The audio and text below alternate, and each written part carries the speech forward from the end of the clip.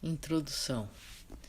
O estudo da interação mente-cérebro é instigante porque envolve vários, entre aspas, mistérios, ou seja, questões sobre as quais muitos cientistas e filósofos têm se debruçado ao longo dos tempos, sem ainda encontrar informações satisfatórias para cada uma delas. O primeiro questionamento nos leva à indagação: o que é mente? Sem entrar em elucubrações de natureza filosófica, posto ser muito ampla a discussão sobre o que seja mente. Elegemos utilizar nesta parte primeira do livro o termo, entre aspas, mente, como um atributo do espírito e não do cérebro, assim como a inteligência e a consciência. Essa conotação permeia o entendimento do que seja mente na doutrina espírita e também se aproxima do considerado a respeito pela vertente dualista da ciência acadêmica. Na parte 2, o Dr. Décio Iandoli Jr. tem mais comentários sobre o assunto. Vamos também considerar a extraordinária contribuição do biólogo Gregório Bateson, que nos anos 1960 resgatou o conceito de mente, abandonado pela academia durante tanto tempo, novamente para o contexto da ciência. Desde a Revolução Científica do século XVII, quando a ciência e a religião se separaram, a primeira tomou sob sua responsabilidade a análise dos fatos naturais e o estudo dos organismos, enquanto, ao domínio da religião, continuaram coisas, entre aspas, etéreas, como alma, espírito e mente. Bateson passou a considerar como mente o processo cognitivo de manifestação da vida.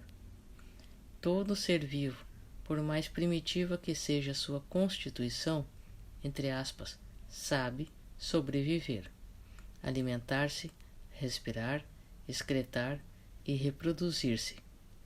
E esse seu, entre aspas, saber corresponde à mente, à sua mente.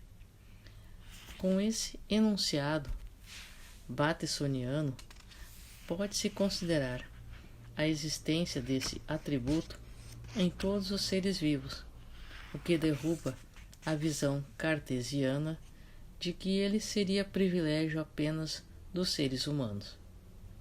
Outra questão diz respeito ao seguinte: como e quando surgiu a vida em nosso planeta? A teoria, ainda hoje mais aceita, de formação do universo, como o conhecemos, é a do Big Bang, segundo a qual, há 13,7 bilhões de anos, toda a matéria que estaria comprimida em uma, entre aspas, cabeça de alfinete se dispersou em uma grande explosão, que marca convencionalmente o início do, entre parênteses, nosso tempo. Em conformidade com esse modelo, tudo o que existe no universo, inclusive nosso corpo físico, vem dessa matéria. Em citação poética, o astrofísico e biólogo Carl Sagan teria afirmado, com base nesses dados, que somos poeira das estrelas. Nesse contexto, nosso planeta teria se formado há 4 bilhões e 54 milhões de anos. De início, um aglomerado de poeira e rochas que, durante milhões de anos, a gravidade juntou em uma bola incandescente com temperatura estimada em 12.000 graus Celsius. Aí não existe ar nem água, somente dióxido de carbono, nitrogênio e vapor de água. A Terra vai se resfriando aos poucos e há 3,9 bilhões de anos começa a sofrer intensa tempestade de meteoritos que dura cerca de 20 milhões de anos. Essas tempestades trazem cristais de sal com minúsculas gotículas de água, que vão se acumulando, daí surgindo imensas piscinas na superfície da Terra. O núcleo do planeta continua em fusão, e ilhas vulcânicas se juntam, formando os primeiros continentes. O dia tem apenas 6 horas, e a temperatura na superfície é de 70 a 80 graus Celsius. Há 3,8 bilhões de anos acontece nova e violenta tempestade de meteoritos que, além de água, trazem minerais que transportam carbono e aminoácidos, moléculas pré-bióticas que se acumulam no fundo dos rasos oceanos, semelhantes a cidades de chaminés submarinas. Nessa sopa de substâncias químicas surgem as primeiras formas de vida, bactérias, procariontes, abre parênteses, células sem núcleo, fecha parênteses, sendo ainda totalmente desconhecido pela ciência o mecanismo de expressão da vida nesses organismos. Concluindo, segundo esse modelo Big Bang, toda a água que existe em nosso planeta, seja dos mares e oceanos, seja a que bebemos e tomamos nossos banhos, veio de fora, assim como as primeiras formas de vida, por intermédio das moléculas pré-bióticas.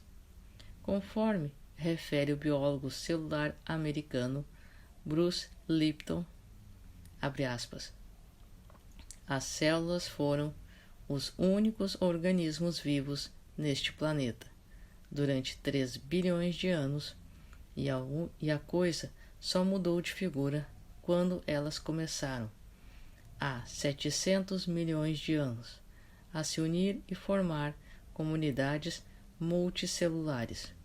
Fecha aspas.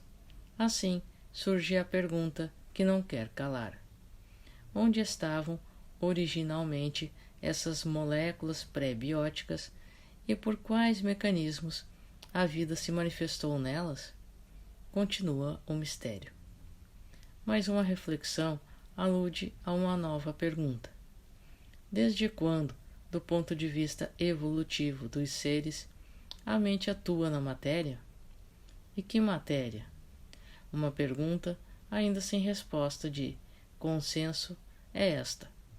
Em que tipo de matéria a vida, abre parênteses, e consequentemente a mente, na visão batersoniana, fecha parênteses, teria se manifestado?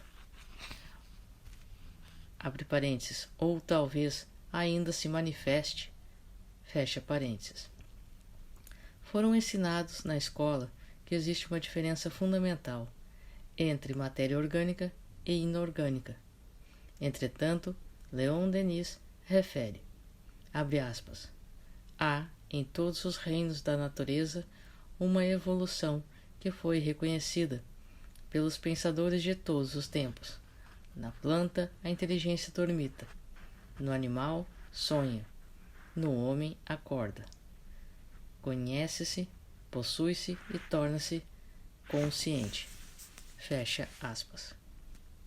André Luiz ouve de seu mentor Calderaro, abre aspas, a crisálida da consciência que reside no cristal, a rolar na corrente do rio, aí se acha em processo liberatório. Fecha aspas. Nosso prezado confrade, Dr. Jorge Andréa, exprime a mesma ideia.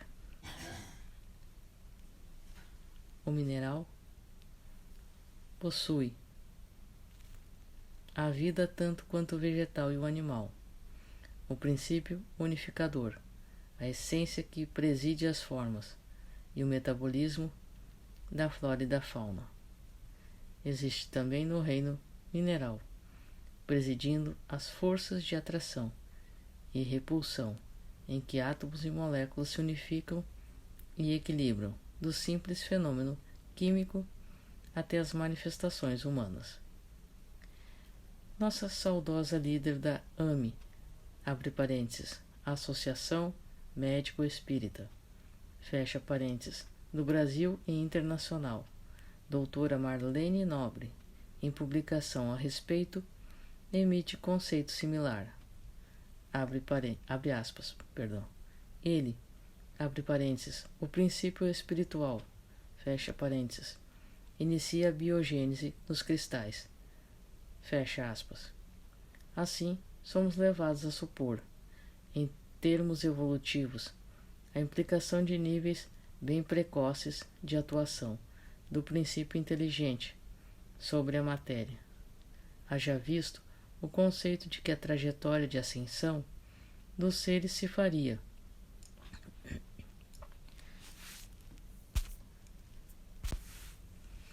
do átomo ao arcanjo, que consta da questão 540 de O Livro dos Espíritos, de Allan Kardec.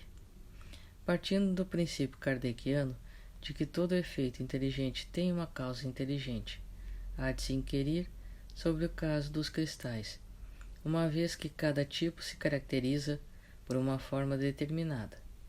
Nesse caso, teríamos de abalar o status quo de que a mente atuaria apenas na matéria orgânica, na matéria que consideramos, entre aspas, viva. Cairia por terra o conceito dual que separa os seres em animados e inanimados. Abre parênteses, ânima, do latim, vida, fecha parênteses.